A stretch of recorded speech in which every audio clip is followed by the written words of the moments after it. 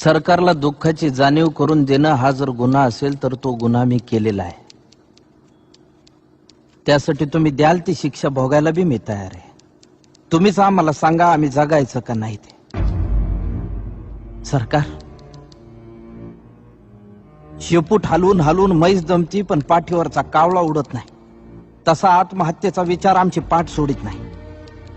कोरड्या आबाळावानी कपाळ असणाऱ्या बायका, बिनबापाची लेकरं असल्यासारखी माळावर फिरणारी जनावर, हे सारं गावाला नजर लागली म्हणून नाही झालं सरकार. गावाकडं कुणाचीच नजर गेली नाही म्हणून झालं. शिकलो नसतो तर किती सुखात राहिलो असतो. अन्यायाची जाणीवच झाली नसती. देवाचा कोप झाला असं समजून बसलो असतो अंधारात तुमच्या लाल दिव्याला हात जोडीत. गोचिडासारखे चिटकून बसले सातबाऱ्याला सावकार आणि पुसगावण्यासारखं उभं आहे सरकार. आभाळ वागतंय सावत्र आईवर, दुष्काळाचं कुरूप ठणकत चाललंय आणि शेतकऱ्यांसाठी कोंडवाडे बांधायचं ठरवून सरकार शांत झोपी गेलंय. देश महासत्ता होण्याचे स्वप्न बघण्यासाठी.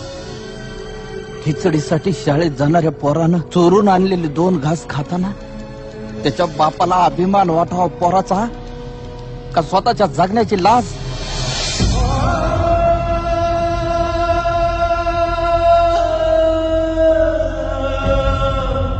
अजून अंत पाहू नका सरकार. शेताचा मसनवाटा झालेला आहे. ज्या दिवशी शेतमालाला भाव मिळत नाही म्हणून उभं पीक जाळतो आम्ही, त्या दिवशी तुमच्या नावानं सुतकच पाळतो आम्ही.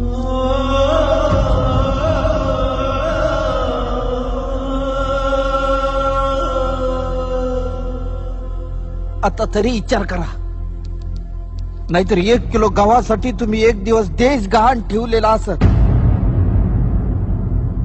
त्या दिवशी ध्यान देऊन बघा, माझ्या पिंडाला कावळा शिवलेला असत.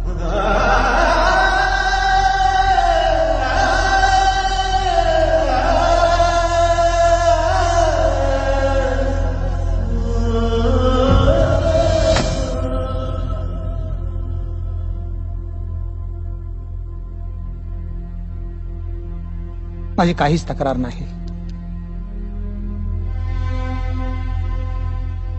पिकवणाराच उपाशी आहे. भूक माणसाला काही करायला लावेल.